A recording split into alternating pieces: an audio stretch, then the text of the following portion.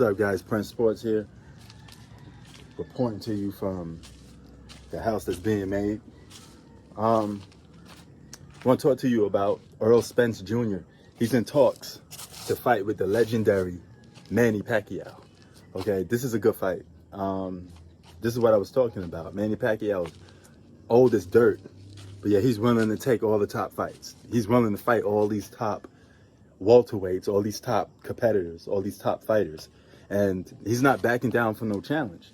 That's what I want for Mayweather, man. If you're gonna keep doing these exhibition fights or these novelty fights, why won't you just come back for a real fight? Not these candy Rudy Poo fights that nobody care about. No, nobody want to see you go up against no Logan Paul. You know, what next? You're gonna fight Jake Paul? What next? You want to fight my grandfather in a charity boxing fight? You know, like, come on, man. If you're gonna come out of retirement, prove to people what you are, and say, hey, I want to test what I got against one of these young bucks, like Oscar did. Oscar tested you out. I mean, he lost, but he tested you out.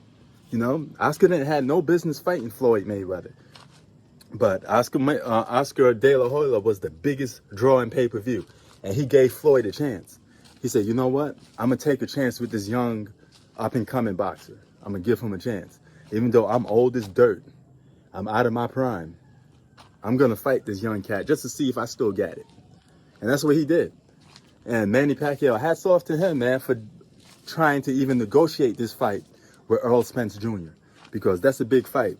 And he could very well get knocked out or, you know, get seriously hurt going up against these young bucks. And Errol Spence Jr. is a heavy hitter.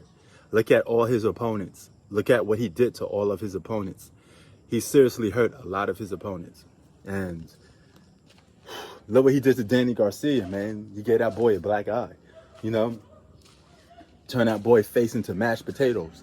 So Manny Pacquiao has a lot of guts, a lot of cojones for even trying to take this fight with Errol Spence Jr.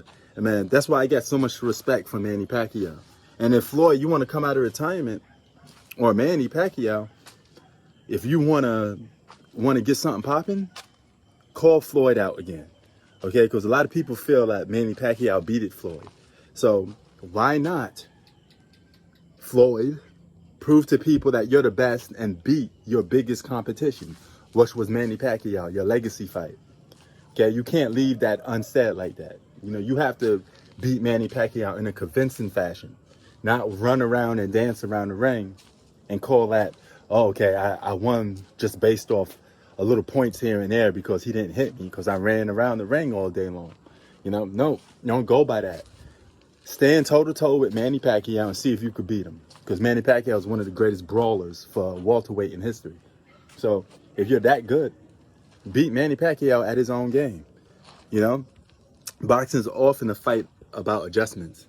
So let's see if that fight takes place. But I want to see Manny versus Errol Spence Jr., but at the same time, I'm itching for a Manny Pacquiao and Floyd part 2, because you ripped us off. You ripped the fans off.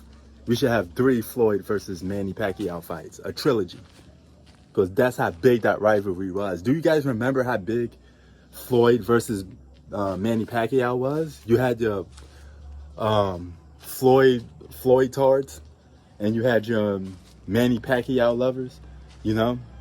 So you had like huge fan bases, huge followings, and these guys used to go at it. I want to see that rivalry come back again. That's what I love about sports, is the rivalry. And hats off to Manny Pacquiao for trying to take this fight with Errol Spence Jr. Peace.